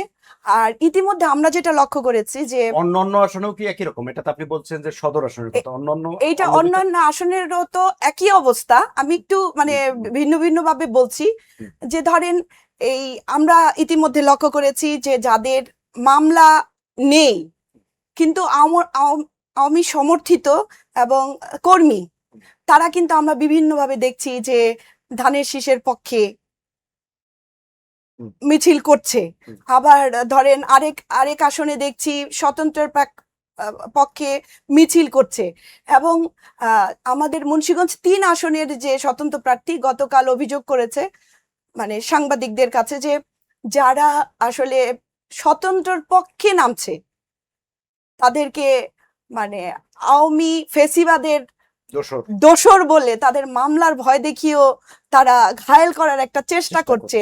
তো সেই ক্ষেত্রে আমি বলবো মুন্সিগঞ্জের রাজনীতিটা আপনি যেটা বলছিলেন বিএনপির ঘাঁটি, অবশ্যই বিএনপির ঘাঁটি খ্যাত, কিন্তু এইবার প্রেক্ষাপটটা একটু ভিন্ন হয়েছে। যেমন সদর, যেটা মুন্সিগঞ্জ শহর যেটা বলি 3 আসনের, শহরের আওয়ামী লীগের আধিপত্যটা কিন্তু 2008-এর পরে থেকে শুরু হয়েছে। এই যে 17 বছর তাদের আধিপত্য থাকার পরেও যে জেলা বিএনপির যে বর্তমান মানে সাবেকই বলবো যেহেতু বহিষ্কৃত সদস্য সচিব ছিল, আমরা দেখেছি যে বাংলাদেশের প্রথম পুলিশের বিরুদ্ধে কিন্তু তার প্রতিরোধ গড়ে উঠেছিল এবং শাওন হত্যাকাণ্ড যেটা আমরা বলতে পারি, পুলিশকে মেরে পানিতে নামতে বাধ্য করেছিল, সে কিন্তু তার নেতৃত্বে। মানে কি এই জায়গাটা হচ্ছে বিএনপির একটা গুরুত্বপূর্ণ জায়গা ছিল। কিন্তু এই নমিনেশনের পরে ধানের শীষের প্রতীকের পরে কিন্তু প্রেক্ষাপটটা একেবারেই ভিন্ন হয়ে গিয়েছে এবং মানে সমুদ্র এবং জনস্রোত যাকে বলে আমরা স্বতন্ত্র পক্ষেই সেটা দেখি। আর আরেকটা সমীকরণের দিক দিয়ে আওয়ামী লীগ এবং বিএনপি সমর্থিত এক হয়েছে যে এলাকার যে একটা ধরেন সমীকরণ, যে ধানের শীষের প্রার্থী স্থানীয় ইস্যু, যেটা ধানের শীষের প্রার্থী যে আছে কামরুজ্জামান রতন, সে হচ্ছে গজারিয়া, তার পৈতৃক বাড়ি, ওই জায়গার ভোট সংখ্যা হচ্ছে 1.5 লাখ। আবার যে মোহাম্মদ মহিউদ্দিন যে ফুটবল স্বতন্ত্র ভাবে নির্বাচন করছে, তারও পৈতৃক বাড়ি হচ্ছে গজারিয়া এবং সে বড় হয়েছে একবার এই শহরের স্থানীয়ভাবে, সেই জায়গার ভোটার সংখ্যা হচ্ছে 3.5 লাখ এবং তার নিজ ইউনিয়ন যেটা পঞ্চসার, সেখানে 80,000 ভোট। তো মানে গজারিয়ার যে 50-50 যদি আমরা না ধরি যে যদি পার্সেন্টেজ কম হয় কাস্টিং এর, সেই ক্ষেত্রে 50-50 পাবে দুইজন। আর পঞ্চসারের ভোট এটা শুধুই স্বতন্ত্র প্রার্থী ফুটবলের সেটা থেকে যাবে। এবং আওয়ামী লীগ এবং মুন্সিগঞ্জ সদরের আরেকটা জিনিস নাবিল ভাই, সেটা হচ্ছে সংখ্যালঘু সম্প্রদায় এবং স্থানীয় সাধারণ ভোটার বলেন আওয়ামী লীগ সমর্থিত যারা আওয়ামী লীগ করে না, তারা একটা জিনিস আমরা লক্ষ্য করেছি, তাদের মধ্যে একটা ইজম কাজ করছে যে আমরা স্বাধীনতা যুদ্ধের পর থেকে পর্যন্ত আসলে আমরা এই যে ভোটের সমীকরণে যে ক্যান্ডিডেট নির্বাচিত, সেটা কখনোই আমরা শহরের বাইরে হয়নি, আওয়ামী লীগ হোক বিএনপি হোক। সেই ক্ষেত্রে আমরা যদি আমাদের খুব প্রয়োজন হয়, সেই ক্ষেত্রে আমরা কি করব? আমরা তো যেহেতু কামরুজ্জামান রতন উনি কিন্তু গজারিয়াও তো থাকে না, এবং আমরা যখন দেখেছি উনি বিএনপির সদস্য সচিব ছিল, তখনও কিন্তু ঢাকা থেকে যে এসে সে ঠিক আছে, করতো। এরকম ব্যক্তিগত আলোচনায় আমরা বিস্তারিত না যাই, আমরা এবার একটু মানিকগঞ্জকে যুক্ত করতে চাই। আকরাম হোসেন কি আমাকে শুনতে পাচ্ছেন? আকরাম হোসেন, আপনাকে আনমিউট করতে হবে, আপনি মিউট আছেন, আনমিউট করেন। আকরাম হোসেন, আপনাকে অনেকক্ষণ অপেক্ষা করতে হলো ধারাবাহিকভাবে আপনাকে। তো আপনার মানিকগঞ্জের 3টি আসন, ওখানকার ভোটের সমীকরণটা কেমন? মানিকগঞ্জে 1 আসন থেকে যদি আমরা শুরু করি, সেখানে দেখছি যে SM জিন্না কবির, তিনি বিএনপির প্রার্থী, জামাতে ইসলামীর আছেন আবু বকর সিদ্দিক, এছাড়া আরো 5 জন প্রার্থী আছেন, মোট 7 জন প্রার্থী বোধহয় আছেন। তো ওখানকার ভোটের হিসাব নিকাশটা কেমন এখন? মানিকগঞ্জে মোট 3টি আসন, এর আগে 4টি আসন ছিল, পরে মানিকগঞ্জে এখন বর্তমানে 3টি আসন আছে। 3টি আসনে 20 জন প্রার্থী প্রতিদ্বন্দ্বিতা করছেন। এর মধ্যে ভোটার সংখ্যা রয়েছে 13,36,380 জন। মানিকগঞ্জের 1 আসনের কথা যদি বলি, এখানে এই ধানের শীষের যে মনোনীত প্রার্থী যিনি আছেন, তিনি জেলা বিএনপির সাবেক সাধারণ সম্পাদক, জাতীয় নির্বাহী কমিটির সদস্য, বর্তমান জেলা বিএনপির আহ্বায়ক কমিটির সদস্য এস এ জিন্না কবির। উনি ধানের শীষ প্রতীক নিয়ে নির্বাচনে প্রতিদ্বন্দ্বিতা করছেন। তার যে জনপ্রিয়তা বা তার যে উঠান বৈঠক, গণসংযোগ, পথসভা খুব ব্যাপকভাবে করে যাচ্ছেন, তার জনপ্রিয়তাই এখানে বেশি। এছাড়া এই বিএনপির আরেকজন স্বতন্ত্র প্রার্থী রয়েছেন, বিদ্রোহী প্রার্থী বলা যায়। তিনি জেলা বিএনপির সাবেক যুগ্ম সাধারণ সম্পাদক ছিলেন, আবার জেলা কৃষক দলের সাবেক সভাপতি ছিলেন। তিনি এই আসনে বিদ্রোহী প্রার্থী হিসাবে নির্বাচনে প্রতিদ্বন্দ্বিতা করছেন। তোজাম্মেল হকের কথা বলছেন আপনি? জি, ওনার নাম তোজাম্মেল হক তোজা। তোজাম্মেল হক, হ্যাঁ। তোজাম্মেল হক তোজা, ওনাকে এই বহিষ্কারও করা হয়েছে দলের কেন্দ্রীয় বিএনপি থেকে। হুম। আরেকজন যিনি আছে জামাত ইসলামের প্রার্থী আবু বকর সিদ্দিক করছেন। মূলত আসলে 7 জন প্রার্থী থাকলেও আমি মনে করছি বা ভোটারদের সাথে কথা বলে যেভাবে আমরা জানতে পেরেছি যে 3 জনের মধ্যেই মূলত ত্রিমুখী একটা লড়াই হওয়ার সম্ভাবনা রয়েছে। যেমন বিএনপির যিনি প্রার্থী আছেন তিনি অনেক আগে থেকে গত 18 সালের নির্বাচনেও তিনি মনোনয়ন পেয়েছিলেন। এলাকায় তিনি নিয়মিত এই বিভিন্ন কর্মসূচি পালন করে আসছেন। ওনার এখানে অনেকটা জনপ্রিয়তা অনেক বেশি। আর তোজাম্মেল হক তোজা উনি যেহেতু চর এলাকার লোকের হিসাবে একটা জোট রয়েছে, সেই হিসাবে মানিকগঞ্জ, এই শিবালয়, দৌলতপুর এবং ঘিওর উপজেলা নিয়ে এই মানিকগঞ্জ 1 আসন।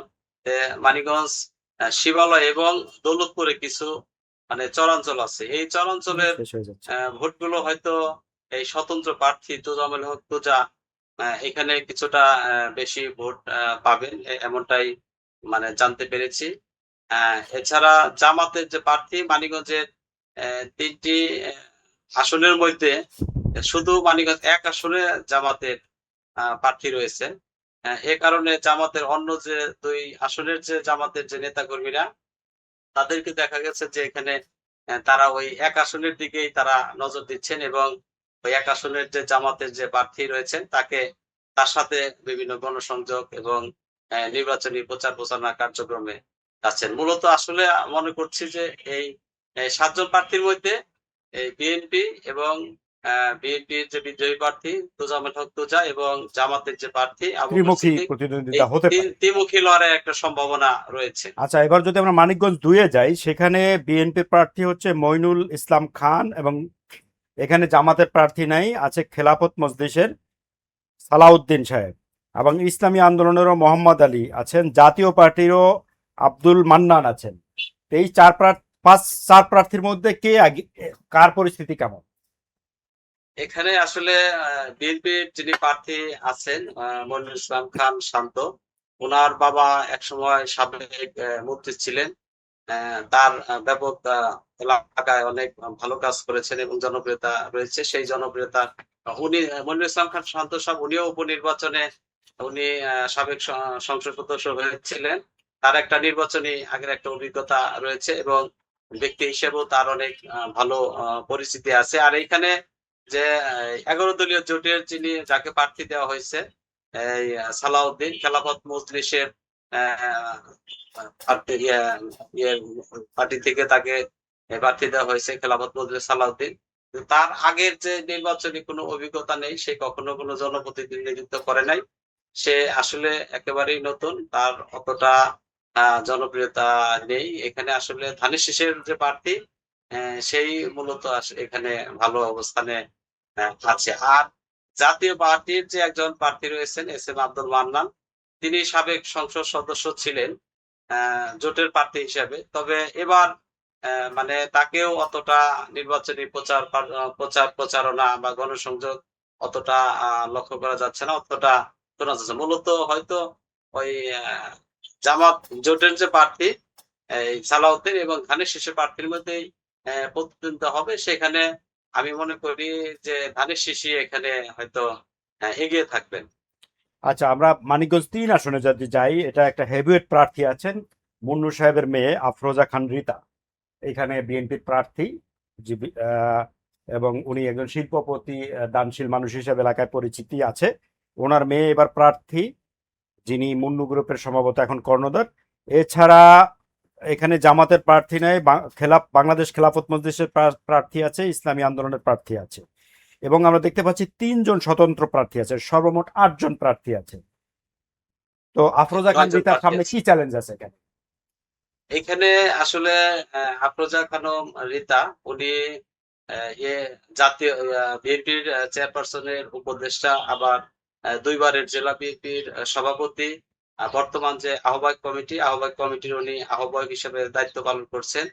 উনি এর আগে মনোনয়ন পেয়েছিলেন, মনোনয়ন পাওয়ার পরে এই একটা মামলার কারণে তিনি নির্বাচন করতে পারেননি। তার বাবা যে হারুন রশিদ খান মুন্নু, উনি 3বার এমপি ছিলেন, মন্ত্রী ছিলেন, তার এলাকায় বিশাল জনপ্রিয়তা রয়েছে। তো সব মিলিয়ে এখানে ধানের শীষের যে প্রার্থী আফরোজা খানম রীতা আপা, ওনার সাথে হয়তো এখানে ওই 11 দলীয় যে জোটের প্রার্থী এই মোহাম্মদ সাহিদ নূর রিকশা প্রতীক, ওনার সাথে হয়তো প্রতিদ্বন্দ্বিতা হবেন। আর এখানে আরেকজন যে স্বতন্ত্র প্রার্থী বিএনপির যে বিদ্রোহী প্রার্থী আছে মোহাম্মদ আতাউর রহমান, ওনার নির্বাচনী অভিজ্ঞতা রয়েছে। উনি এর আগে সদর উপজেলা পরিষদের 2বারের চেয়ারম্যান ছিলেন। এর আগেও সে সংসদ নির্বাচনে বিএনপির বিদ্রোহী প্রার্থী হিসেবে নির্বাচন করেছেন।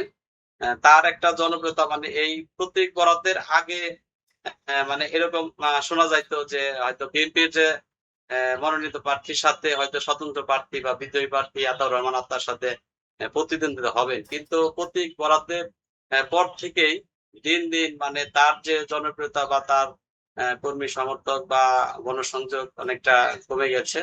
আর জোরে সোরে ভাবে এই জেলা বিএনপির যে সভাপতি বা ধানের শীষ প্রতীকের প্রার্থী, তার ব্যাপক মানে দিন দিন মানে তার জনপ্রিয়তার কথা বেশি শোনা যাচ্ছে। তো এখানে তারপরে যেহেতু উনি একজন নারী প্রার্থী, সেই হিসাবে নারীদের ভোটও হয়তো বেশি পাবে এবং নারীদের মধ্যে মানে বেশি আগ্রহ দেখা যাচ্ছে আর কি।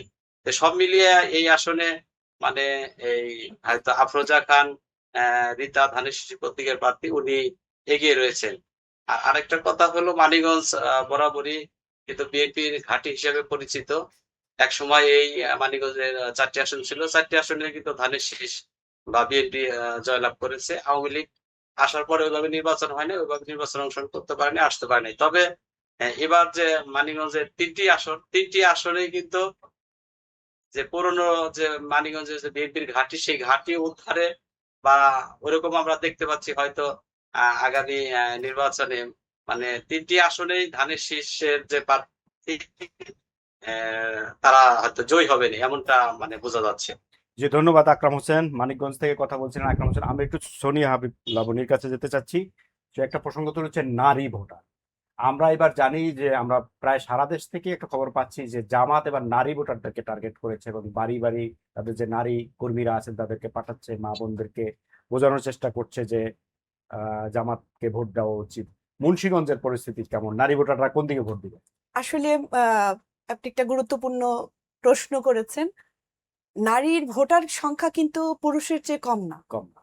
কিন্তু দেখা যায় যে বিগত সময়গুলোতে নারীদের উপস্থিতি কম থাকে বা নারীরা রাজপথে কম আসে। এবার কিন্তু একটু ব্যতিক্রম আমরা দেখছি।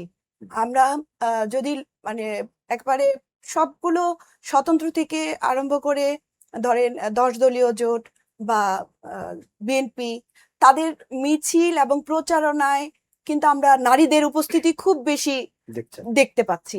এই জায়গাতে নারী ভোটারদের একটা বড় অংশ নীরবে নিভৃতে তারা আসলে মুন্সিগঞ্জের প্রেক্ষাপটে বলছি যে তারা তাদের হিসাবটা একটু ভিন্ন আঙ্গিকে দেখবে।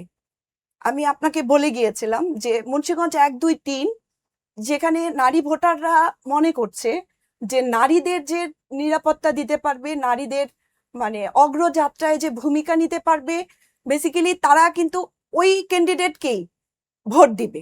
তো সেই দিক থেকে বিএনপি ঘাঁটি খ্যাত যেটা বললেন, মুন্সিগঞ্জ 2-এ যদি আমরা বলি নারী ভোটার সহ বা যে ক্যান্ডিডেট আছে আব্দুল সালাম আজাদ ধানের শীষ প্রতীক নিয়ে সে এগিয়ে আছে এবং নারী ভোটারদের ভোট অলরেডি তার এখানে আসবে। একের চিত্র যদি আমরা বলি, একই কিছুটা আপনার আমরা নারী ভোটারদের ভোটে একটু বিমুখ দেখতে পাই। তাদের কাছে আরো যেতে হবে। যদি ভোট আনতে হয় তাহলে তাদের কাছে যেতে হবে, তাদের প্রতিশ্রুতিটা আরো বেশি দিতে হবে এবং তাদের জন্য কি ভূমিকা সেটা তাদের স্পষ্ট করতে হবে, আস্থা অর্জন করতে হবে আস্থা নারী অর্জন ভোটার। করতে হবে। আর তিনি আমরা দেখেছি যে বিশেষ করে ধানের শীষের পক্ষেও যে প্রতীক নিয়ে যে কাজ করছে, তার যে সহধর্মিণী সে নারীদের নিয়ে কাজ করছে। আবার অপরদিকে যে ফুটবল প্রতীক নিয়ে স্বতন্ত্র প্রার্থী আছেন, তার মিছিলেও প্রচারণায় আমরা একদম মানে একদম পরিপূর্ণ নারীর যে উপস্থিতি সেটা দেখা যাচ্ছে। তো সেই ক্ষেত্রে আমি মনে করি যে নারীদের ভোট এবার আসলে খুব বিচক্ষণতার পরিচয় দিবে। নারীরা মনে করছে, আমরা আসলে এখনো বলতে পারছি না যে নারী ভোটারদের ভোট ওই প্রতীকেই যাবে, এরকমটা না। সমীকরণটা হচ্ছে যে তারা প্রার্থীর যে ইমেজ সেটা দেখে এবার ভোট দিবে। এবং সেই দিক থেকে মুন্সিগঞ্জ একে ধানের শীষের প্রতীক নিয়ে যে লড়ছে, তার সাথে ফুটবল মার্কা প্রতীক নিয়ে যে লড়ছে স্বতন্ত্র হিসাবে, তাদের দুইজনের মধ্যে নারী ভোটারদের ভাগাভাগি হবে। আর তিনে আমরা যেটা লক্ষ্য করব, কিছু সংখ্যক যেহেতু ব্যক্তি ইমেজের ব্যাপার আছে, ধানের শীষেও যাবে, তবে স্বতন্ত্র পক্ষে বেশি আসবে। জি, আফজাল হোসেন পন্টি, আপনি কি মনে করেন যে নারায়ণগঞ্জের নারী ভোটারদের যোগ কোন দিকে?